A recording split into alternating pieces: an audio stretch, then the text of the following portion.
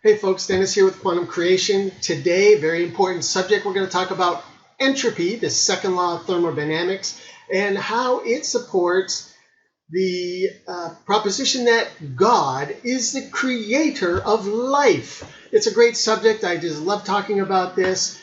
If you don't know what entropy is, it's basically orderly systems move towards disorderly systems. And so once you have a equilibrium or this state of disorder, systems just don't move towards an orderly system on their own.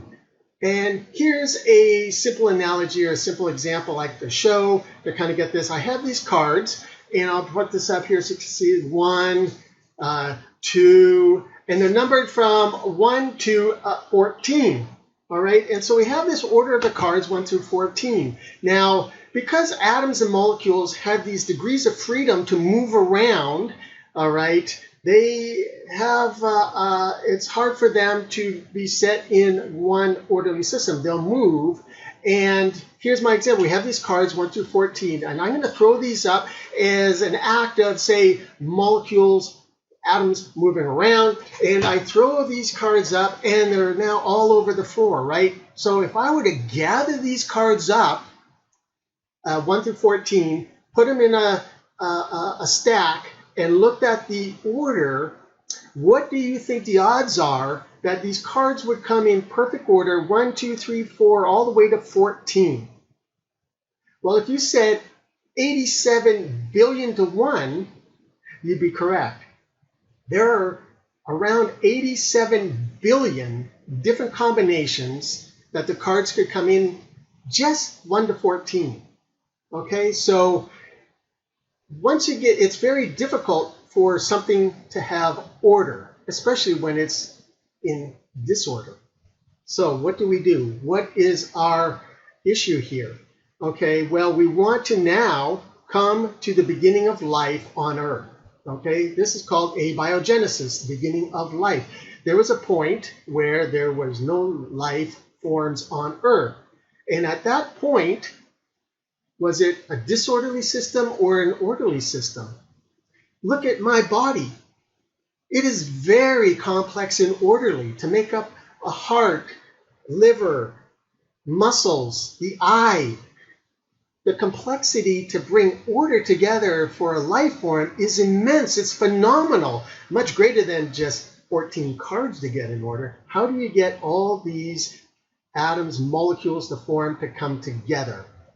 Well, scientists know what it is because at this point in the Earth, whether it's the primordial soup environment or the hypothermal vents that scientists are studying to try and find out where life originated, in order to get an orderly system from disorder, we have to have something come in and assist it. We need a force to come in and allow order to come into existence. And since we know there are only 4 forces in the entire universe, there's gravity, there's strong nuclear, there is electroweak. We know that none of these 3 is the force that gets involved to bring order from disorder when it involves life forms. The last force that's left is the electromagnetic radiation force. It is light. Light, this is great, right? Light is the undisputed force. Science knows that you need light energy to create life. The first life and all life throughout time. Even today, we need light to be the force to bring order to life forms. Whether it's human or an earthworm or an amoeba, it doesn't matter. Light, glory be to God. As you know, my stance is I'm the God is light guy, right? By claims in the Bible that Jesus himself says that God is light, that he is light.